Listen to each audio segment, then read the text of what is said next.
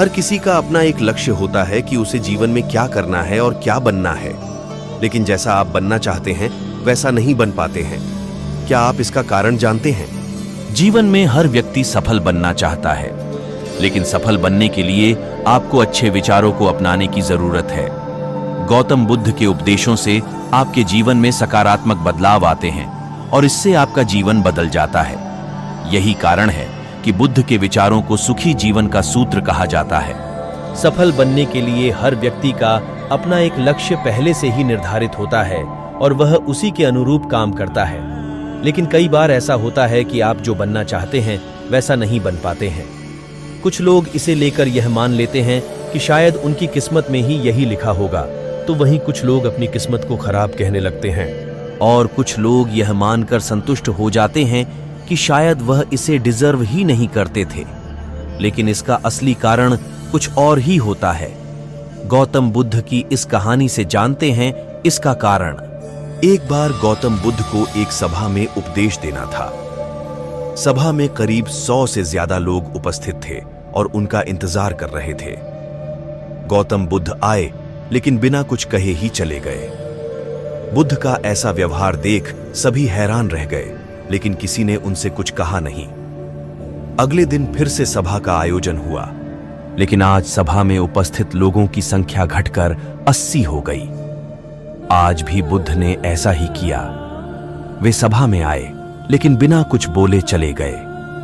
आज भी लोग हैरान हुए, लेकिन बुद्ध से किसी ने कुछ कहा नहीं। अगले दिन फिर से सभा का आयोजन हुआ और लोगों की संख्या घटकर 50 हो गई। बुद्ध फिर से सभा में आए और बिना कुछ बोले ही चले गए। आज भी बुद्ध से किसी ने कोई प्रश्न नहीं किया। अगले दिन फिर से सभा का आयोजन हुआ और इस बार लोगों की संख्या केवल 30 थी। आज भी बुद्ध बिना कुछ बोले मुस्कुराकर चले गए। आप कहानी को सुनते हुए इरिटेट हो गए होंगे और सोच रहे होंगे कि आखिर बुद्ध को कुछ बोलना है नहीं तो बार बार सभा का आयोजन क्यों हो रहा है। ठीक इसी तरह सभा में मौजूद लोगों को भी गुस्सा आ रहा था, लेकिन इसका जवाब जानने के लिए आपको धैर्य रखना होगा। अगले दिन फिर से सभा का आयोजन हुआ और आज सभा में केवल 15 लोग ही उपस्थित रहे।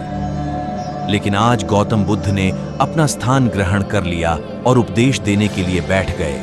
बुद्ध ने जिन 15 लोगों को उपदेश दिए वे उनके भिक्षु बन गए और इन लोगों ने आगे चलकर बुद्ध के ज्ञान को अलग अलग दिशाओं में फैलाया।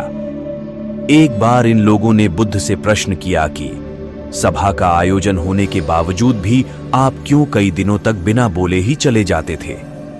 बुद्ध ने उत्तर दिया, मैं उन लोगों के खोज में था जो लायक हों। सभा के पहले दिन 100 से भी ज्यादा लोग थे, लेकिन उनमें से ज्यादातर लोगों को मेरे उपदेश से कुछ मतलब नहीं था। इसके बाद जो लोग अगले दिन आए उन्हें भी मेरे उपदेश से कोई मतलब नहीं था। वो तो केवल इसलिए आए थे क्योंकि वो देखना चाहते थे कि आखिर सभा में होता क्या है। लेकिन मुझे ऐसे लोगों की तलाश थी जो मेरे ज्ञान को जन जन तक पहुंचाए। मैं कई दिनों तक इसलिए बिना बोले चला गया क्योंकि मैं यह देखना चाहता था कि आखिर वो कौन लोग हैं तो सच में मेरे उपदेश को सुनना चाहते हैं और जिन्हें वास्तव में ज्ञान पाने की प्यास थी। ऐसे लोग ही रोज आते रहे।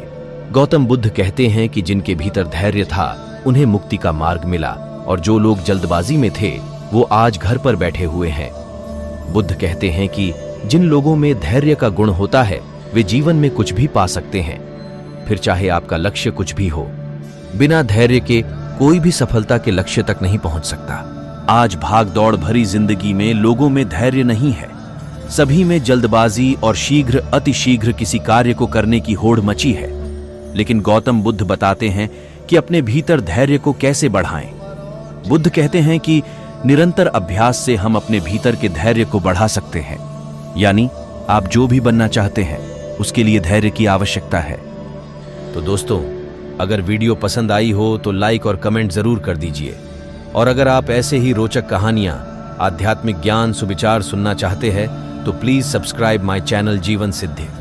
तो बस आज के लिए इतना ही।